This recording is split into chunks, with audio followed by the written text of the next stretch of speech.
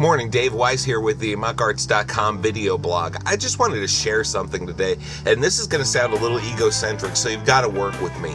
I love it when really smart people agree with what I've been saying. I've been reading Seth Godin's book, We Are All Weird. It's his brand new book from his Domino project, and it's an awesome book, and it's not really encouraging us to be strange or anything out there. What he's talking about is how we're all different. And we need to embrace the what we are rather than to try and push everybody into some kind of mold, you know. And in this part of the book that I'm reading that I'm going to share with you today, he's talking about the education system and how it's designed to staff factories. You know, there was a time in our society where basically what we really needed were a whole lot of compliant workers. But now we're moving into something different. We're moving into a system where what we're really looking for is we're looking for the unique. We're looking for the creative. I mean, think about all the people that are admired in society. Most of them are admired because they've done something different from what everybody else is doing. You know, and I think that's really how we're designed all along. I've been talking for months about being the body of Christ, and talking about what we were created to be and being what we were created to be. And we have this creative economy now. I mean, most of what we do now, in America at least, is creativity. We're creating things and we have it manufactured by the rest of the world. Our manufacturing is fading away, but what it's being replaced by is this creative economy. And yet, when the first sign of economic problems happens, what's the first thing we cut in our schools? It's the arts. The very thing that's going to feed our society, feed our economy, is the thing we want to cut. It's just not right. We are all different. We are all created by our Creator to do something amazing. And I just want to read this little clip. He's talking about a way to fix the education system. See if this doesn't ring true for you. He says, a different approach to education is almost impossible to conceptualize and seemingly impossible to execute.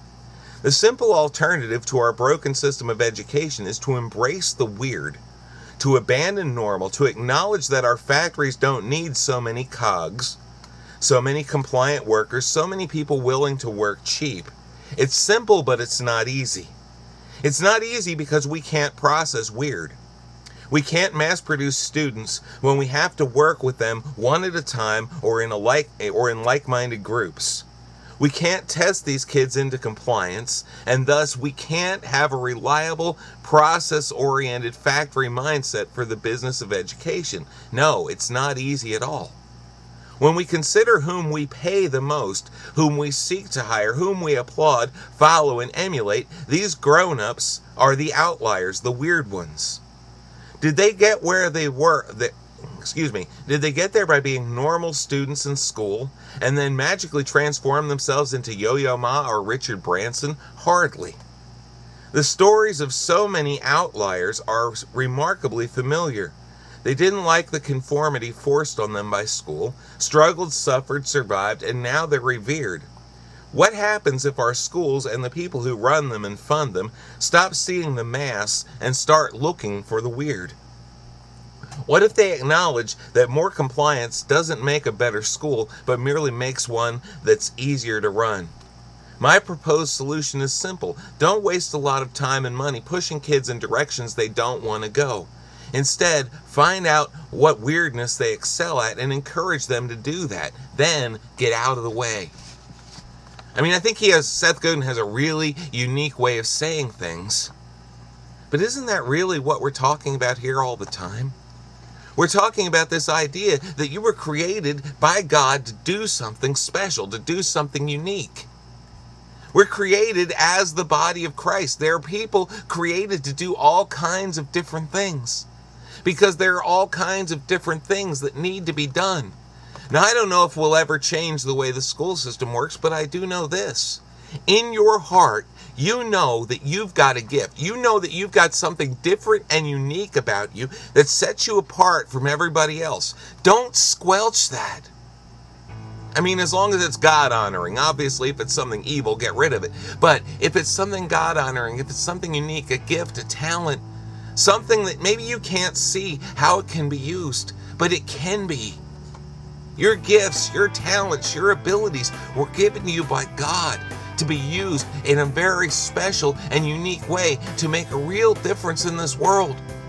Don't get yourself pushed into a mold like everybody else. Be who you were created to be, and then join in with other people being who they were created to be. That's what it means to be the body.